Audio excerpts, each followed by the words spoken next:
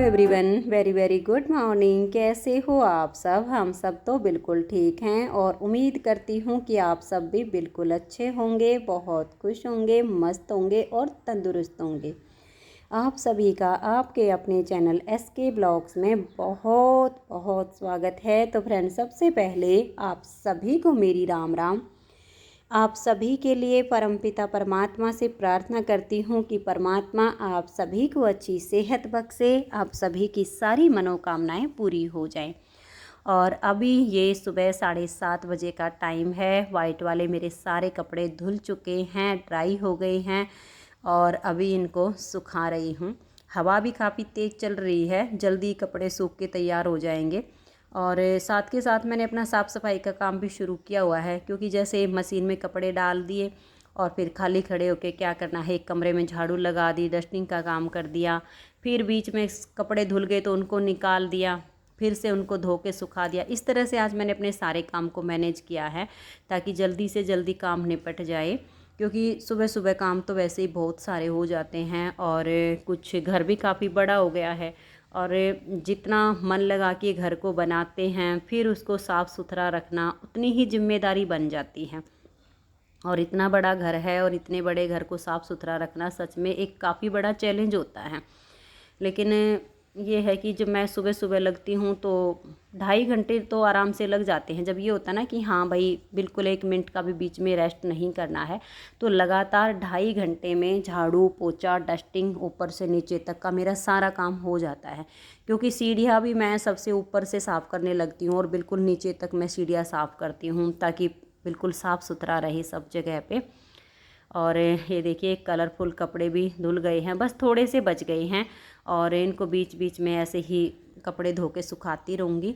बाकी दोनों कमरे हमारे वाले बच्चों का और मेरा और विशाल की दादी का, इनमें मैं पहले झाड़ू लगा चुकी हूँ। बाकी बीच का डाइनिंग एरिया है और ड्राइंग रूम है, ये मेरा बचा हुआ है झाड़ू लगाना डस्टिंग करना।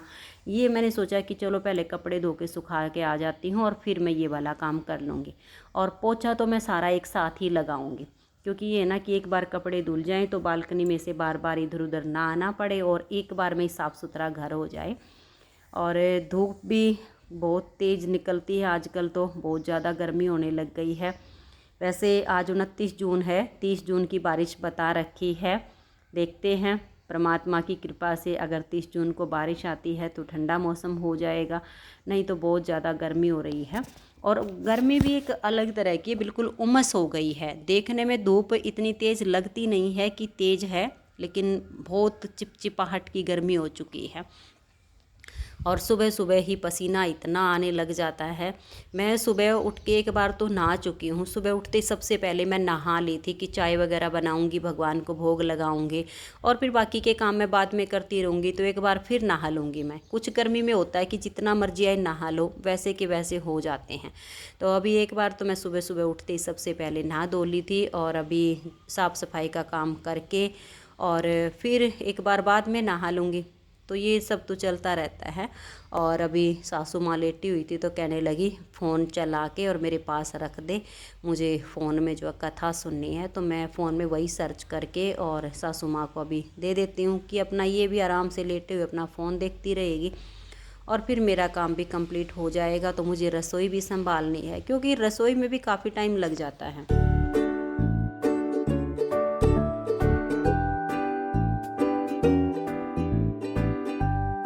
और अब मैंने रोटी बनानी शुरू कर दी हैं और सुबह के खाने में मैंने बनाई है घिया की सब्जी।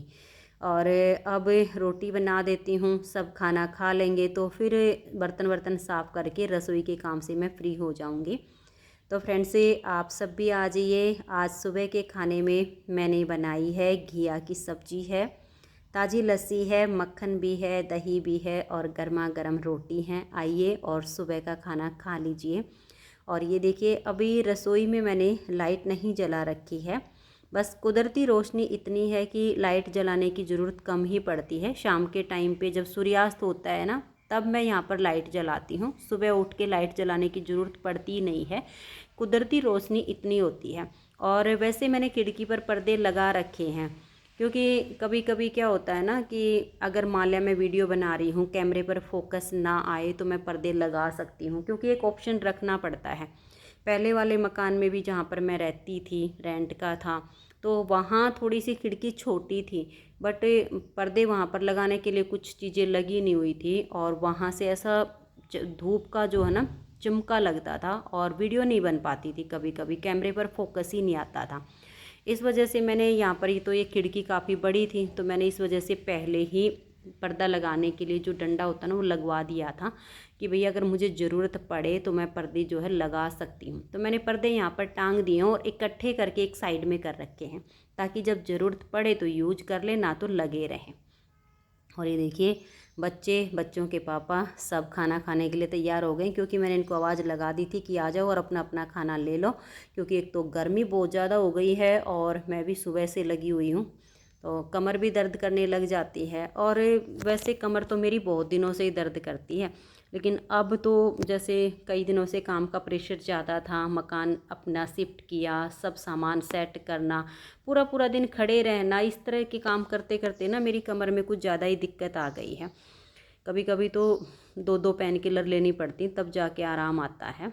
और ये देखिए विशाल के पापा जी ने दही निकाल ली है, क्योंकि सासू माँ को खाना खिलाना था ना, तो कि वो लस्सी नहीं लेती, वो दही लेती है। और इस टाइम पे सब खाना खा के फ्री हो चुके हैं।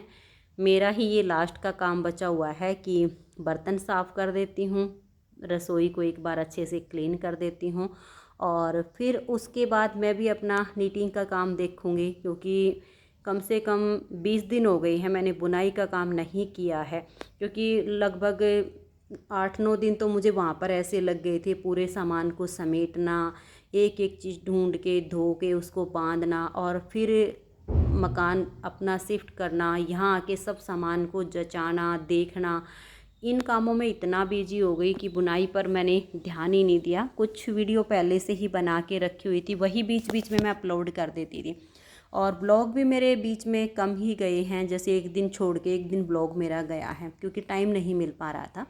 लेकिन अब आगे से मेरे जो ब्लॉग हैं वो रेगुलर आएंगे, बीच में कोई नागा नहीं होगा, क्योंकि अब काम का जो एक प्रेशर था वो तो कम हो ही गया है। और ये देखिए सब काम से फ्री होके और मैं बैठ गई हूँ अपनी ऊन सिलाइयाँ लेके। एसी चल रहा है, और अब तो ये भी नहीं रहा है कि भाई गर्मी लगेगी, क्योंकि एसी मेरे कमरे में लग चुका है। वैसे ज़्यादा देर मैं एसी में नहीं बैठ पाती हूँ, अभी 2-3 दिन हुए इसको लगे हुए। थोड़ी देर में मुझे तो ठंड लगनी शुरू हो जाती, क्योंकि आदत भी नहीं है ना, थोड़ी देर में ही फिर मुझे इसे बंद करके और फ़ैन चलाना पड़ता है। लेकिन ये है कि कमरा ठंडा हो जाता है, तो 1 घंटे के लिए कमरे में आराम आ जाता है। और अभी ज़्यादा देर तक बुनाई का काम नहीं करूँगी, लगभग आधे पौने घंटे तक ही करूँगी, क्योंकि खाना खाने के बाद तो वैसे ही थोड़ा सा आलस आ जाता है। कुछ गर्मियों के दिन हैं, तो जितनी देर तक आराम से बुनाई कर पाऊँगी उतनी देर तक करके फिर थोड़ा बहुत रेस्ट कर लूँगी, और बाकी का फिर शाम के टाइम पे कर लूँगी। तो फ्रेंड्स बातें हो गई हैं बहुत सारी, आप सबसे मिलना भी हो गया है। आप सब कैसे हो मुझे कमेंट्स करके ज़रूर बताइए। हम सब बिल्कुल अच्छे हैं। आज की इस वीडियो का यहीं पर एंड करती हूँ, मिलते हैं नेक्स्ट वीडियो में। तब तक के लिए आप सभी को मेरा प्यार भरा नमस्कार। राधा स्वामी, राधे राधे, जय श्री राधे, बाय बाय। खुश रहिए और आप सब अपना अपना ध्यान रखिए।